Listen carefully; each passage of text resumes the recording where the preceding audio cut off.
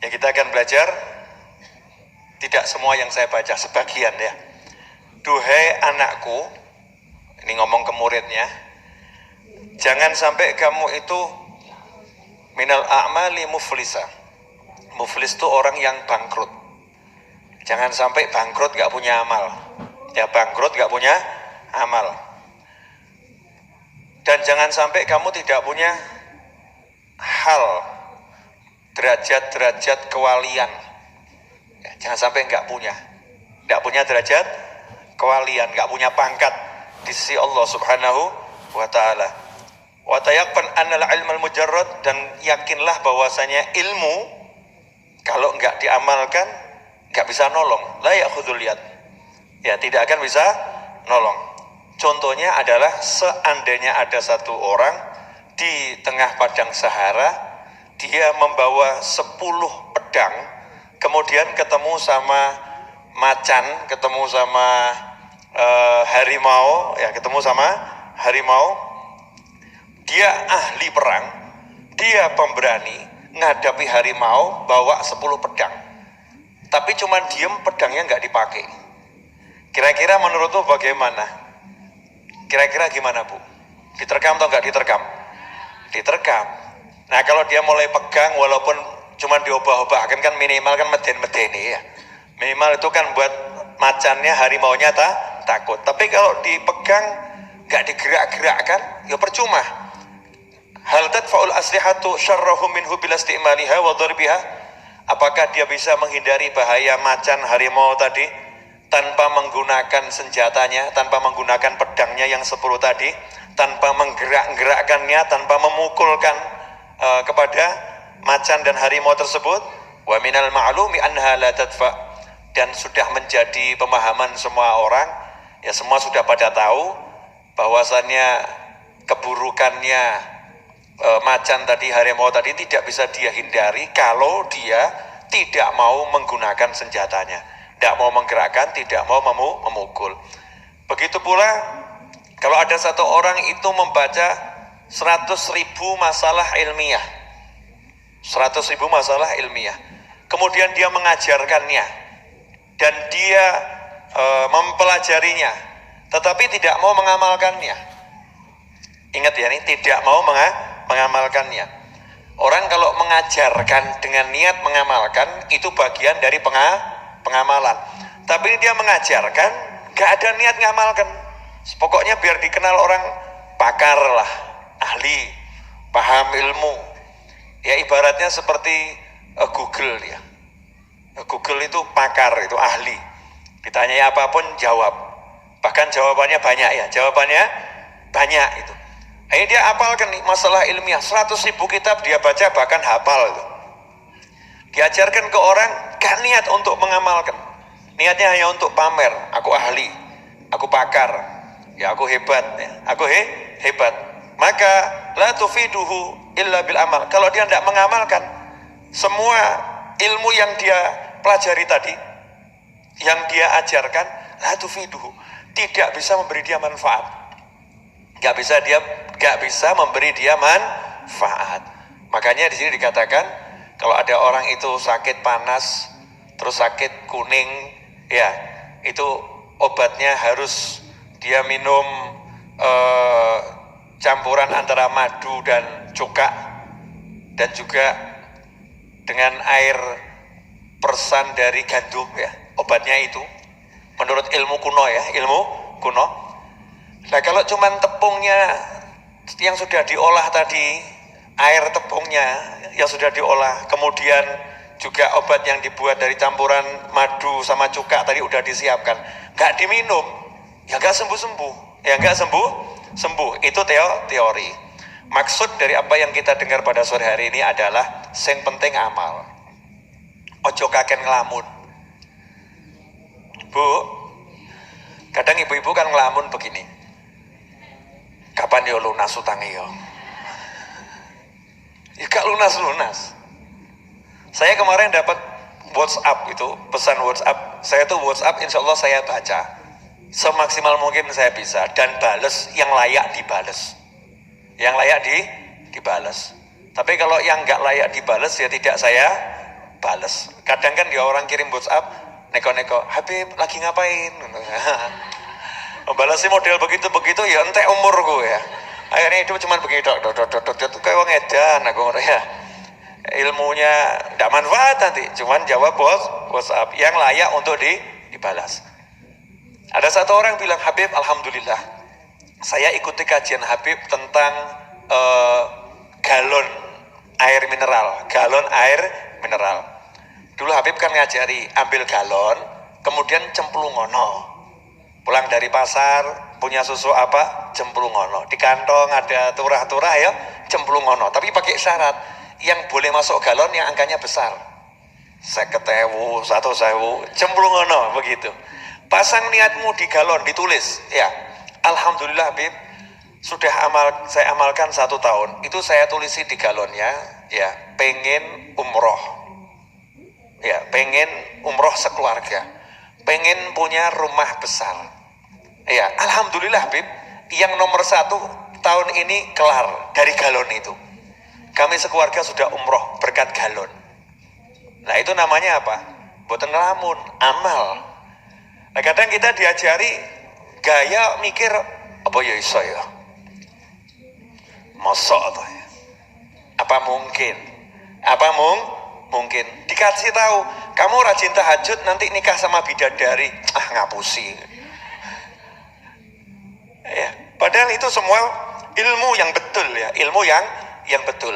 Nah tugas kita sekarang mengamalkan sebisanya. Kemarin kan saya minta ibu-ibu untuk mengamalkan 1, udah usah akeh-akeh dulu.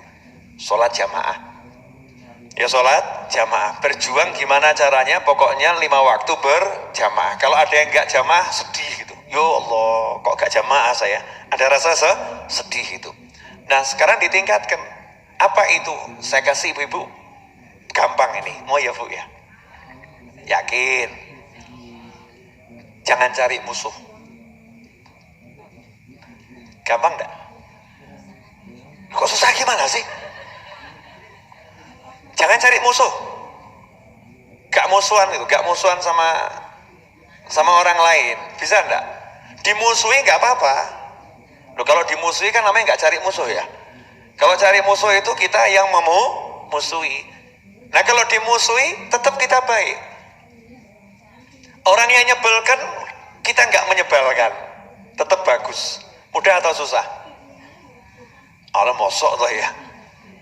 Gampang toh Bu. Mau nggak cari musuh. Paling angel tuh sebetulnya cari musuh. Kalau cari teman kan banyak. Kata teman saya begini. Ustadz Nur Maulana di Trans TV kemarin ya. Seandainya kita punya 1.000 teman, wis Masya Allah, tiap hari ulang tahun. Kata Ustadz Maulana itu di Trans TV Islam itu Indah, waktu bahas tema ini, kata Ustadz Maulana, itu enak kalau punya 1.000 teman, itu enak, tiap hari ulang tahun.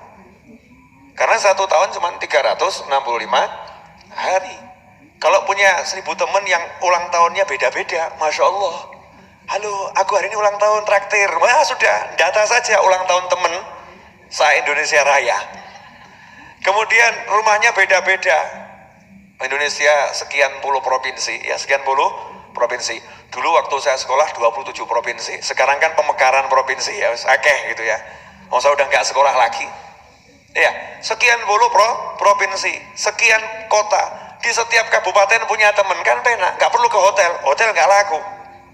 Nggak usah nyari hotel. Saya mau datang ke sana ya, numpang tidur, tidur. Punya teman enak. Tapi kalau punya musuh 1 aja nggak enak. Kenapa? Sepuronipun Kang Kadah ya, di pengajian ini, kalau jenengan punya 1 musuh, mungkin terjadi. Sama-sama jamaah pengajian saling memusuhi, bisa terjadi. Bisa. Habib kok paham? Pengalaman. Di pengalaman dicurhati sama yang ngaji gitu kan ya. Yang satu itu kok kelihatannya benci sama saya. Jadi ke pengajian tuh hatinya nggak enak. Noleh kanan, ono deh. Ada dia. Kalau orang yang nggak ada, alhamdulillah merdeka. Yes, dia nggak datang. Naudzubillah min dzalik. Satu teman PKK Bu, PKK. Ada satu yang ibu musuhi. Masya Allah, itu serasa satu gedung buat acara PKK musuh semua. Betul, betul, betul.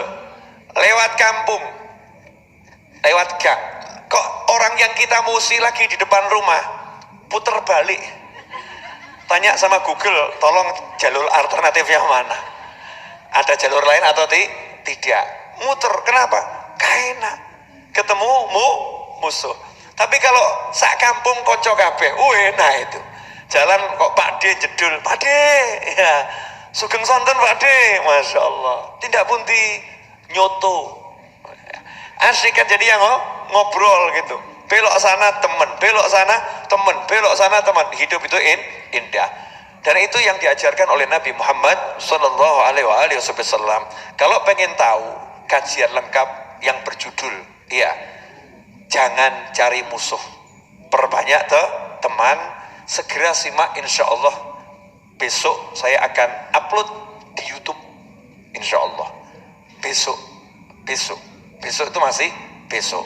Dan insya Allah, maksudnya yang nonton tayangan ini yang belum subscribe, segera subscribe channel YouTube Habib Novel Ali. Terus nanti ada kajian khusus bagaimana Nabi SAW itu mengajarkan agar kita tidak mencari musuh. Bocorannya gini, Nabi SAW mau berangkat perang sama sahabat. Yang kemarin udah saya sampaikan sedikit di acara Islam itu indah. Mau berangkat perang, Bu. Perang nih, Bu. Bukan berangkat ke dapur masak, bukan. Berangkat perang ini. Bukan berangkat mau pertandingan sepak bola. Berangkat perang. Sudah kumpul, mau ketemu musuh. Musuh udah siap. Nabi ngomong kepada sahabat, dikumpulkan semua. Kalimatnya Kanjeng Nabi Muhammad SAW adalah ayuhan nas la tatamannu liqa'al adu. Hei sahabat-sahabatku, umat manusia semuanya, jangan sekali-kali kalian punya cita-cita pengen ketemu musuh. Tapi itu lagi. Aneh atau enggak aneh, Bu? Ini mau berangkat perang loh, musuh di depan, terus dikasih tahu, jangan cari musuh ya. Lah terus piye? Kalau nanti kamu ketemu musuh, dan pasti ketemu, nanti kamu ketemu musuh, fasbiru, sabarlah. Suruh sabar, artinya apa? Akeh ngalah. Bersabarlah.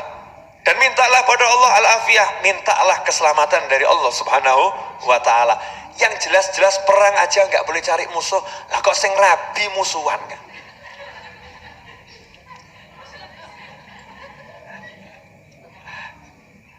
Pemirsa dimanapun Anda berada, kalau nggak paham rabi, R-A-B-E, ya, rabi itu kawin, kawin itu nih nikah. Saya jadi nggak enak ini. Udah yang jelas-jelas perang saja nggak boleh cari musuh. Ini sama anak sendiri musuhan, sama kakak sendiri musuhan, bek tonggo musuhan kan, naudzubillah min dzalik. Nggak boleh cari musuh, dilarang cari musuh. Yang boleh adalah cari teman sebanyak mungkin. Makanya kalau kita perhatikan, besok di videonya mau saya kupas lengkap nih, dalam hadis riwayat ini, dalam hadis riwayat ini, di Al-Quran ayat sekian, pokoknya insya Allah, kalau saya nggak capek, ya, amin, itu ya. Nabi itu ikut perang, nggak sedikit, banyak peperangan yang diikuti Nabi Muhammad SAW. Tapi dalam riwayat dikatakan Nabi tidak pernah bunuh orang. Yang terbunuh karena Nabi SAW dalam peperangan itu, kalau saya nggak salah ingat, hanya satu orang, dan bukan di kancah pertempuran matinya. Matinya setelah perang usai, berapa lama kemudian baru mati. Itu pun juga gara-gara bukan dipenggal atau ditusuk, enggak, gara-gara tergores sedikit pedangnya Nabi Muhammad SAW. Cuman lecek di titik. Pertanyaannya, Nabi nggak pernah perang delik di belakang, nggak pernah sembunyi di belakang, posisinya selalu di depan. Ibu-ibu pernah lihat di TV misalnya pas ada demo gitu ya, ada demo, terus ada provokator, kemudian polisi berusaha melerai, berusaha untuk mengatasi demonya biar tidak terjadi kerusuhan. Itu kalau sampai terjadi kerusuhan, yang paling luka parah itu yang belakang atau yang depan? Depan ya. Yang gebuk-gebukan yang belakang atau depan? Depan. Jadi kalau Kanjeng Nabi SAW perang di depan, mestinya yang paling banyak terluka siapa? Orang yang dihadapi oleh Nabi Muhammad SAW. Betul. Nah gimana caranya perang? Posisi paling depan, gak mateni wong, gak bunuh, dan menjadi incaran yang paling dicari dan pasti akan dibunuh. Semua mengejar Nabi Muhammad SAW. Kalau Nabi Muhammad meninggal dunia, selesai, perang kita menangkan, kan begitu ya. Nah terus cara Nabi, jangan punya cita-cita ketemu musuh, dipraktekkan langsung oleh Nabi Muhammad SAW. Ya semungkin ya, tak kena ya, jangan iso nusuk gak sido ya, ojo sano. Kenapa? Kalau sampai dia mati di tanganku, dia mati kafir, neraka tempatnya. Aku ditugaskan untuk bawa orang ke surga, bukan ke neraka. Allahumma sholli wa sallim wa barik alaihi. Asyik ya, gak musuhan, ya gak musuhan. Makanya ibu-ibu yang lagi bermusuhan dengan suaminya, ya segera akhiri. Jangan salah tafsir, ditafsirkan kata Habib Novel, segera akhiri mas. Maksudnya yang diakhiri permusuhannya, bukan rumah tangganya. Segera akhiri. Orang yang nyebelin, ya sudah tahu orang yang nyebelin, jadi nggak usah kamu musuhin. Sebenarnya iya we, iya. Kamu iya gitu ya.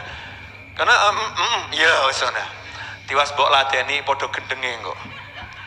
Nanti sama-sama gilanya, sama-sama stresnya, sama-sama capek. Sing waras ngalah, ojo musuhan. Capek nanti capek. Seperti Ibu Seha wal Afiyah. Kalau capek ya tidur, istirahat. Ya, jangan memaksakan diri, itu cara beliau. Seperti jenengan, kalau capek ya istirahat, tidur, jangan memaksakan diri. Betul kan ya? Nah, kalau ada orang yang tidak menyenangkan, ojo mbok musuhi, kesel. Terus gimana? Ya wes. Gitu aja kok, repot. Jelas ibu-ibu? Dah, saya nggak mau ngajar banyak-banyak. Nanti ibu-ibu bosen lihat saya. Tapi kalau saya ngajarnya dikit-dikit, biar dirimu kangen padaku. Ya. Dan aku tetap kangen sama kamu. Betul kan ya? Jadi biar majelisnya barokah. Dimusuhin nggak apa-apa, boleh. Orang mau musuhin kita boleh. Yang penting kita tidak pernah punya niatan pengen punya musuh dan tidak mau menciptakan permusuhan. Yang musuhin kita maafkan dan kita tetap baik kepada siapapun. Gampang kok, betul gampang. Ya butuh latihan, makanya ojo ngelamun, praktek. Nah, ada orang itu ngomong sama saya, wajah saya memang begini Habib, wajah saya ini memang cetakannya gak bisa mesem. Ngawur kamu, wajah cetakan gak bisa mesem. Orangnya hadir, ya mungkin kan dimonitor gitu kan ya, mungkin dimonitor. Jangan pernah mengatakan cetakanmu gak bagus, berarti kamu itu menyalahkan Allah Subhanahu wa Ta'ala. Cetakanmu bagus, tapi saya kalau dilihat orang lihat saya ini sepertinya wajah emosi. Makanya muncul hadis, senyummu untuk saudaramu sedekah. Senyummu untuk saudaramu sedekah. Senyum itu jadi sedekah karena apa? Karena ada upaya untuk mengeluarkan senyum, upaya untuk membuat wajah jadi enak. Sedekahnya itu di situ. Paham? Upayanya itu. Justru wajah-wajah seperti saya ini mungkin senyumnya nggak sedekah. Kenapa? Nggak butuh upaya kok. Wah, aku gini ya mesem kok ya. Kurang perjuangan. Lah yang apa namanya? Butuh upaya. Nah, itu justru sedekahnya luar biasa. Makanya ibu-ibu kalau wajahnya memang agak datar-datar, nanti ketemu suami medok mesem. Ya. Bu, kenapa? Sodakoh. Aku lagi sodakoh sama kamu, sama Habib disuruh praktek mesem. Insyaallah barokah manfaat. Wabillahi taufiq wal hidayah. Wassallallahu ala sayyidina Muhammadin wa alihi wasallam. Alhamdulillahi rabbil alamin. Allahumma salli wa sallim ala sayyidina Muhammadin miftahi babi rahmatillah adada ma fi ilmillah salatan wa salaman daimain bidawami mulkillah wa ala alihi wa sahbihi اللهم اجعل في طاعتك فرحي وسروري وفي مرضاتك جميع أموري. اللهم يا عالم بحالاتي ومطلع على سرائري ونياتي اقضي جميع حاجاتي واغفر ذنوبي وسيئاتي وتجاوز عن خطيئاتي وزلاتي وتقبل جميع حسناتي فسامحني فيما مضى وما يأتي واكتبني في ديوان ساداتي واسلك بي سبيل نجاتي في حياتي ومماتي. اللهم إني طامع في عطاك راغب في رضاك مستسلم لقضاك فاكتبني من أولياك واسلك بي سبيل هداك وألحقني بأصفياك. وصلى الله على سيدنا محمد وآله وصحبه وسلم. الحمد لله رب العالمين. آمين.